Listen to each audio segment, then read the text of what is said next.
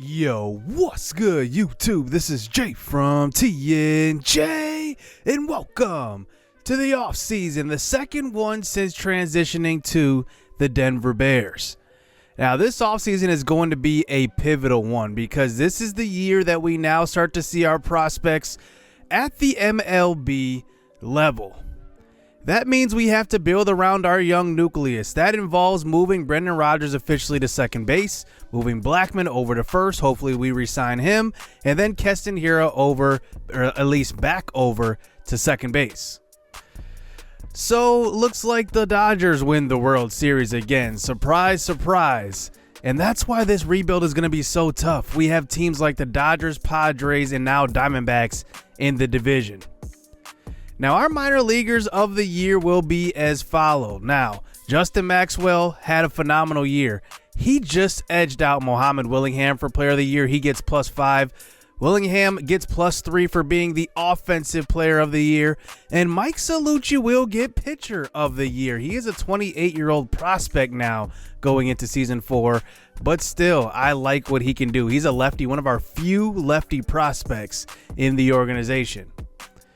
Now, retirements. Mike Leake will retire. You know, last year I didn't highlight him much because he wasn't having a great year. I started him, a little bit, probably like 10 starts. He had 5 out of 10 quality starts, but then just did not start to pan out. So he will retire. Now, we are making changes to the jerseys this year, going with that orange instead of the maroon color. And we will also be bringing back the classic Denver Bears logo. This is the logo they used back in the early 1900s. We will put that on our away cap just for something different this year. So we are looking for one staff member here, and it's just our farm director, which is very important because this is the staff member that will look over all of the farm. And we will go after Frank Cordero. I like him because he gives a plus in pretty much everything. Control, power, stealing, and speed. Something that touches every area of, an attribute list, I guess you could say. Pitching, base running, speed, and also, hitting as well. So I want to go into this offseason really building around the nucleus that we have. And that involves Charlie Blackmon, the lifelong Rocky, now converted over to first base. We will offer him a contract. But first, I really need to keep German Marquez because he is a guy that I have had for the duration of this series. He's been a lifelong Rocky as well. So he's asking for a 4-year 11.4. We will offer him just under that, 11.3. Hopefully he will accept that. And we will offer him a 4-year extension as well. That will take him into age 33. So I'm happy with Marquez. I think he's been a really good pitcher for us, and he's a good number 2. Then we have Charlie Blackmon. Look at the pay cut that he is taking. He made $18 million last year, but going into age 37, he's going to make 2.5. And my plan with him is to platoon him at first base. Hopefully he keeps hitting well because I want to platoon him with Willingham to start out Willingham's career.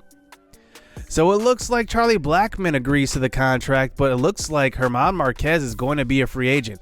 I also plan on going after Jose Iglesias for depth, but I imagine that nobody's really going to offer him right away, so I will just let him walk for now.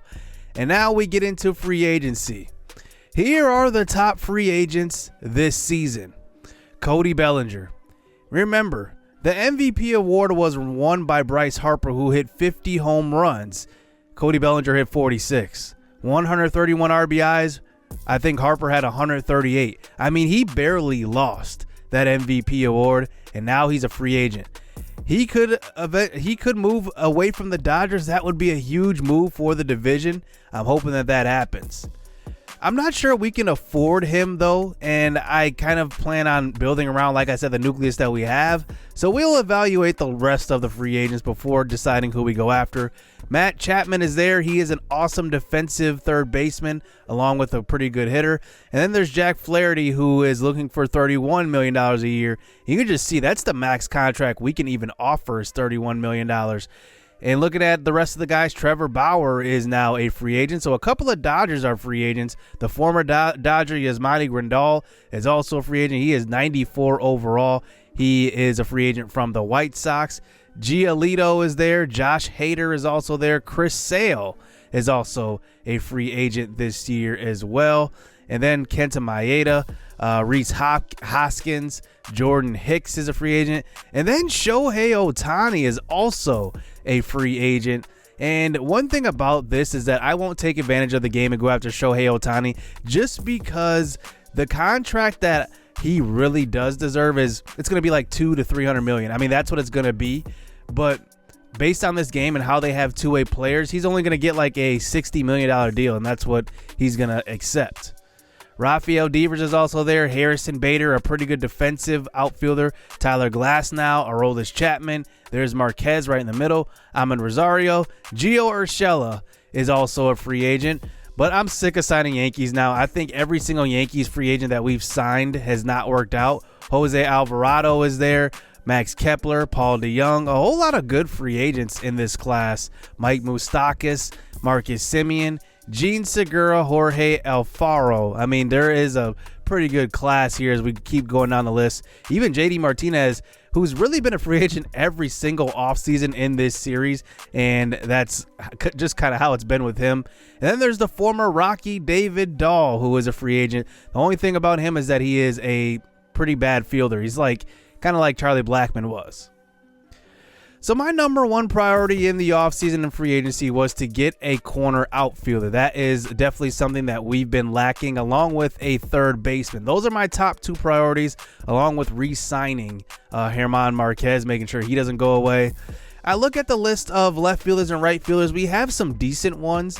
I don't want to overspend here, and I also want to make it so that I'm not, handcuffing myself in the outfield, meaning that, if I have prospects coming up that I'm going to have, a big contract that I'm holding on to and have, Zach Veen, for example, coming up who could be ready as soon as this year. And I want to get him in the rotation in the outfield as well.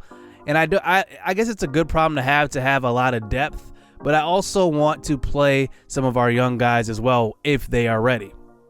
Two guys I consider here is Nicholas Castellanos. He's very good, but he is a bad fielder. So then I look at Jesse Winker. Winker is interesting. He bats left, but look at his quirks. I mean, he has a whole lot of them. And his on-base percentage throughout his career is .375. Something we have been lacking in this series is getting on base, somebody that can get on base, and I think Jesse Winker fits the bill. He hit .307 last year. You can just see he is an on-base machine, and he is not the greatest fielder, but he also has a decent arm. And for a left fielder, I think he's pretty good. So at age 30, I'm going to offer him a 3-year, $12 million a year deal, paying him $36 million total, and he will be our first contract offer. Then there's Elias Diaz, who we let go after season 2. Now, I accidentally let him go. I did not mean to let him walk. And then he went over to the Arizona Diamondbacks, where he hit .261 and .380. Remember, with us, he hit .294, which was a career high in season 1. And I want to bring him back. I still think he is a good depth catcher, good vision. So we will offer him a 1-year, $3 million deal. Ohtani is still out there, and his only offer right now is for the KC Royals. I definitely thought about going after him right now, but I think the thing is, like I said, I just don't want to take advantage of the game. He's not going to get a big contract just because he is a two-way player. One guy I do want to consider here is Jordan Hicks. I do want to add to the bullpen because we have a couple of guys in our bullpen, like Robert Stevenson, for example, that's supposed to be this really good, relief pitcher, but is not what we have thought of him to be. So I look at the contract that Jordan Hicks wants. He wants about $12.4 million a year, so I consider that. Then there's Reyes Maranta, who has been a lifelong San Francisco Giant, and he's a pretty good pitcher. And he's asking for half of the money that Jordan Hicks is actually looking for. So I'm going to go after Reyes Maranta, steal him away from the Giants, offer him a 3-year, I will give him a $21 million a year, which will pay him $7 million a year, and $21 million total, $7 million a year. And that will actually be more than what he's asking for. Then there's Jose Alvarado, who is a pretty good relief pitcher. And those are the kind of top 3 relief pitchers that are available right now. But Alvarado hasn't had the greatest numbers, so I'm going to actually stick away from him and just leave him there. He's also wanting more money, 3 years, $27 million. Then I look at closing pitchers who could be a good relief guy. Josh Hader is there, but he's looking probably for a long-term deal, probably a 7 to 10 year deal as a 29-year-old. I'm not sure if I'm willing to commit that, especially since I have Nick Goody as our closer.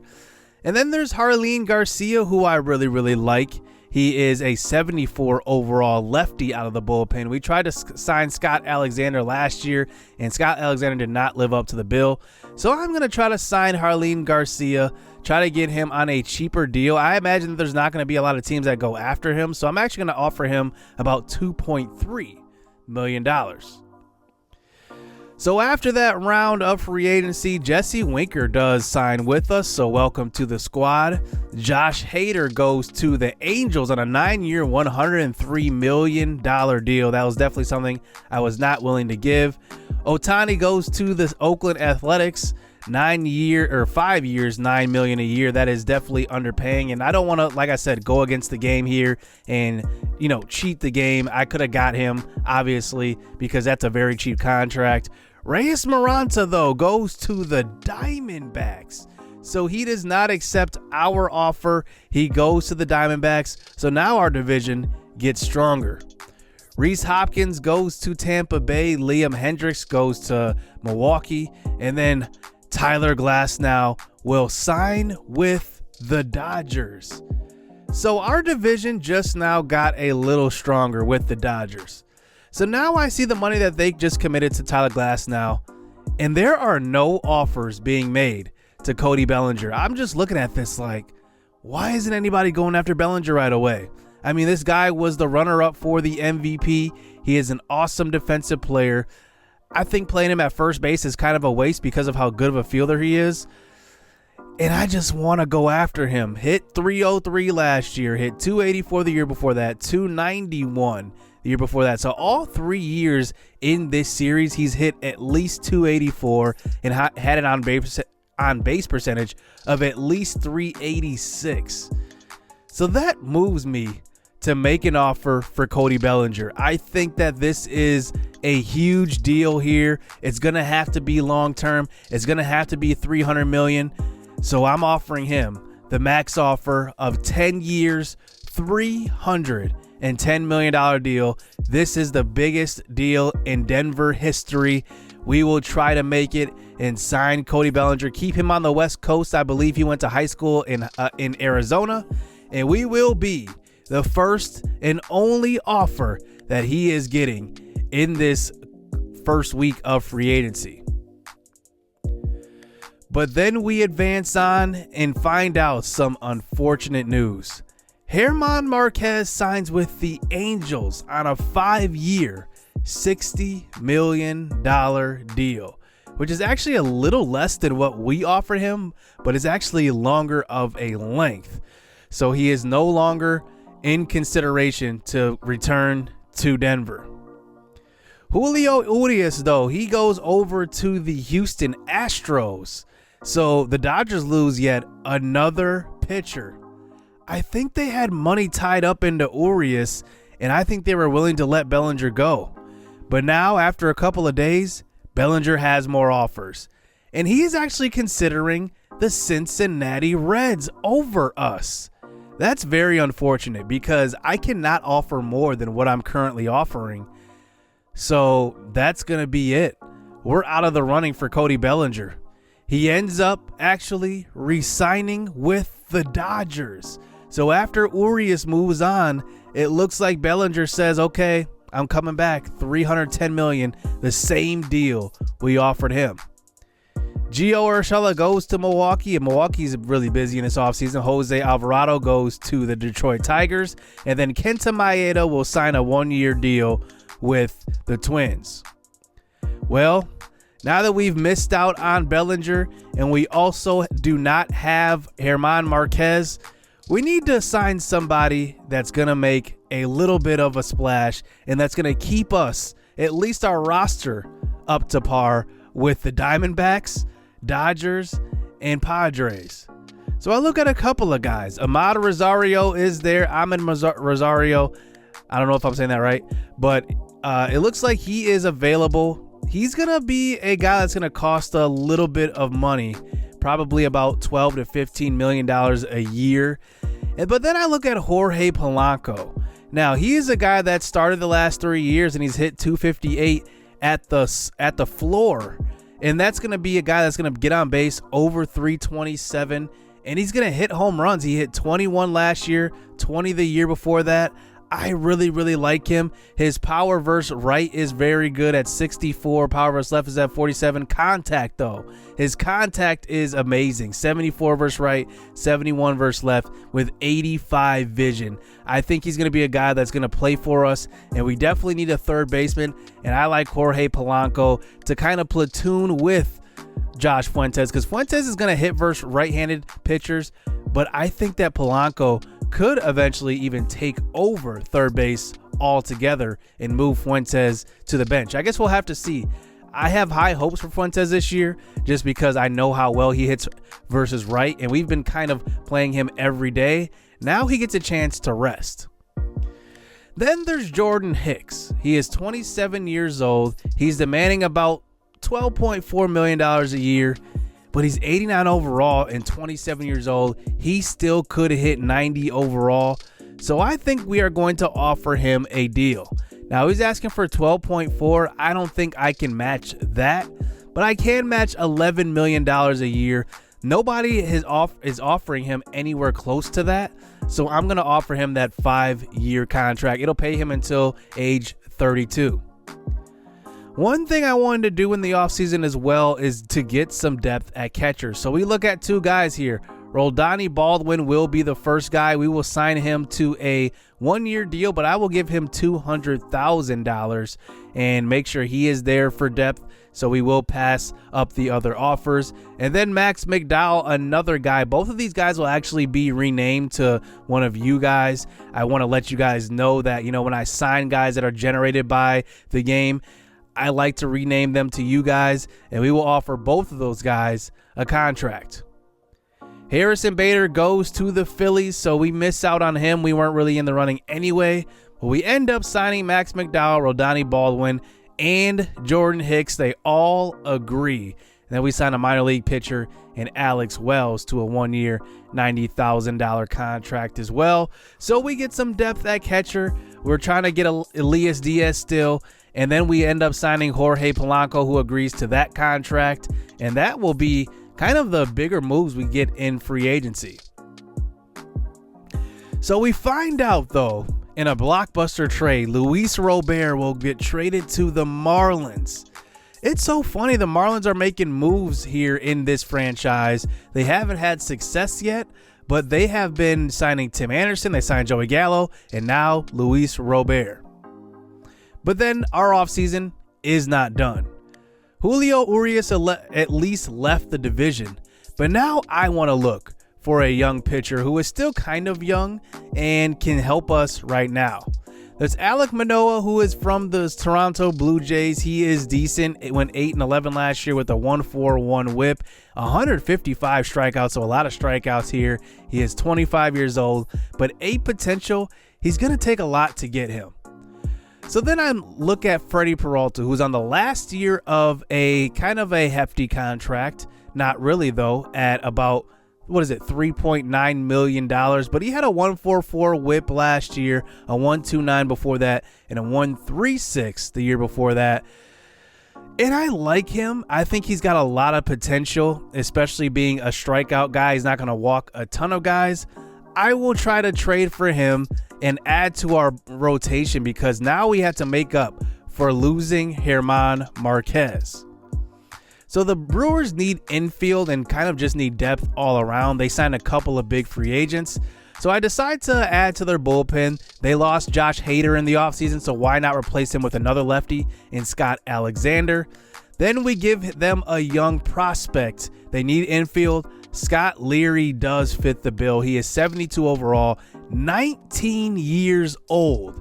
See potential. I mean, he is a pretty good prospect for them. They're interested now, but I look around and I think, what do they really need? They need outfield depth. They don't really have backups for Christian Yelich, for the rest of those guys in the outfield. So Jonathan Daza, a guy that's been with us throughout this franchise, I decide to move on from him. And I really decide that because I want to commit to Tapia, Takahashi, Hampson, Will Benson, all those guys. So we decide to make that deal. 3 players for 1. It's only a 1-year deal for Freddie Peralta, but hopefully he can earn that extension. Remember, we've tried this before with Jose Barrios, so I'm hoping that this time is different. And here is a preview of the rotation going into this season now, with Freddie Peralta at the 2. Ramel Coffer will probably be our 3rd in the rotation, and then Tristan McKenzie. But the 5th spot is up for grabs. And right now, I'm going to pencil in Atlas Luntich, but you never know. Derek Rodriguez could be there. There are some other pitchers that are coming up in the organization. John Gray could move to the bullpen, or he could get that 5th spot in the rotation. After having a career year last year, we decide to bring him back on an arbitration deal. So here is our projected lineup versus left-handed hitters. Muhammad Willingham is going to be ready. He's got 80 vision. Power versus left is very good. His contact versus left is very good. So if we platoon him right away, get him some at-bats at the MLB level, I think he will start to blossom. Jesse Winker will hit number 2. Hampson will lead off. He had a phenomenal year last year. Keston here at the 4. Polanco at the 5. I really love him at third base. He's got a good defensive skill set. And look at his hitting zones. He can hit first, left, and right. I am very, very excited for him. And then the future is here. CJ Abrams will get the start at shortstop. I'm excited for the career he will have with Denver. I think he's going to be the cornerstone piece along with Muhammad Willingham. And then there's DJ Weatherspoon, who will start in right field, hitting in that 8 spot. Versus right-hander, CJ Abrams will lead off as we do kick off the lineup with 3 straight lefties. Blackman will get the start at first base for the first time in his career. Winker will hit second with both lineups. Keston Hiura will hit in that 4 spot again. Fuentes will get the 5th spot this year versus right-handed hitters. Elias Diaz will start at catcher. I want to platoon our 2 catchers with Roberto Perez and Elias Diaz. Will Benson will be penciled in right field. We'll see how that goes. And then Garrett Hampson will hit 8th in the lineup. So let me know what you guys think of the offseason. I had a lot of fun with this one. I had a lot of tough decisions. I kind of, held myself back from going after some free agents, but I think that these young guys that we have will definitely help us out in the future and now. I really want to see what, these young guys have that we've been building up in the organization. So hit subscribe, hit that like button. Let me know what you guys think of this squad. Stay tuned. Let's get it. Let's go. I like getting money, I got time to get it. Target on me, so my car's a tinted. Dancing with the devil, I don't bargain with it. Bobbing in the dash, and the stick is with it. And I hit the 4-5 on the west side. But I'm from the east side, this how we slide. This how we ride, yeah, this how we ride.